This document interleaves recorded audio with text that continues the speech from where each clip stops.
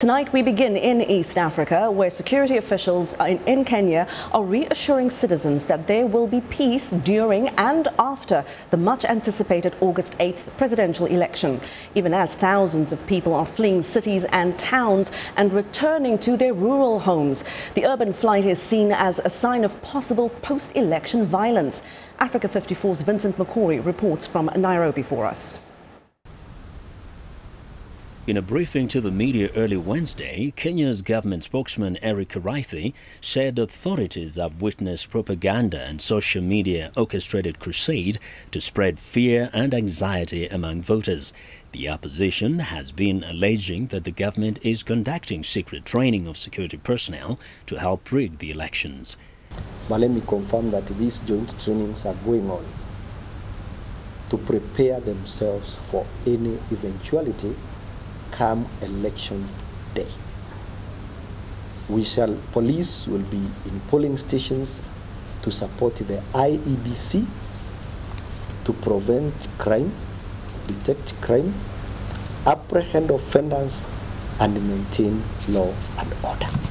Mr. Hayde, who was flanked by senior government officials in charge of security, said that while authorities are aware that some politicians are spreading hate speech and planning to disrupt peace during the elections, measures have been taken to ensure peace will prevail everywhere. The country is safe and secure. Kenya is safe. A lot of efforts have been made. We are aware, and certain sections of the public are aware, about individuals, politicians trying to use goons for illegal activities. What we are asking every citizen is that utilize every opportunity available to you. Despite reassurances and calls from the government that there is no need to panic, thousands of citizens have been flocking bus stations, taking the first vehicle out of town. Some, however, say they are going up country because that is where they are registered to vote. We caught up with some at Nairobi's major up-country bus station. My vote, actually, I took it at Kisii. That's why I'm traveling, so that I can vote on 8th of this month. For fear that the flight of these citizens from the cities would deprive political candidates of votes, the Nairobi county government has deployed officials under a program dubbed Adopt a Bus Stop to stop people from getting out of town. After taking the tickets, we go through these vehicles, every vehicle. We search for those who are registered in Nairobi. We refund them their money.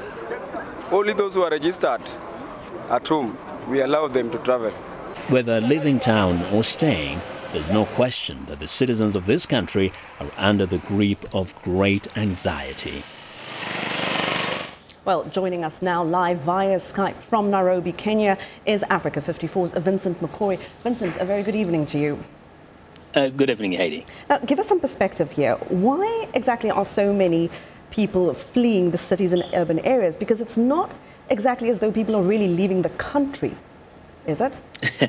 Well, you know, the thing is, of course, there have been cases where people have actually left the country.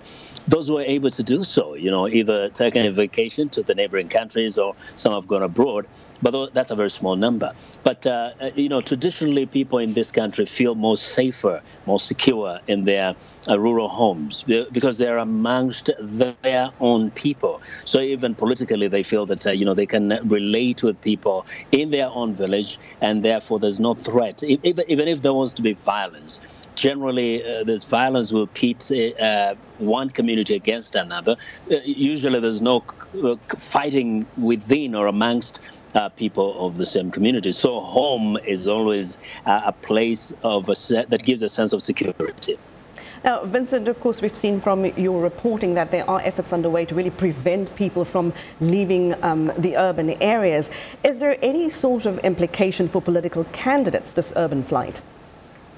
Oh, yes, they're concerned. In fact, the opposition, which has the urban areas as their stronghold, has particularly been pleading with people not to leave the cities, because what that means is that a majority of those who may be registered to vote in the cities, who may decide to go to their rural homes because of security reasons, will not be able to vote. Because in this country, the system is that you vote where you are registered. You don't vote just anywhere. So if there's a big number of people who are registered to vote in the city or in any other urban area, they will especially disadvantage the opposition, which usually has a big following in the cities. And it's an example is the city of Nairobi, where the presidential candidate of the opposition himself, in fact, his voting area has always been Nairobi. So he expects a lot of voters from this particular city.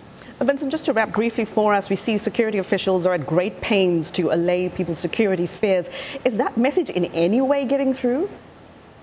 Let me tell you this. I mean, they have to do what they have to do. Truth is, if you speak to anybody, they're not necessarily having so much faith in the security apparatus. Because, look, there has been violence in the past during the elections, and that happened even after being given all these reassurances.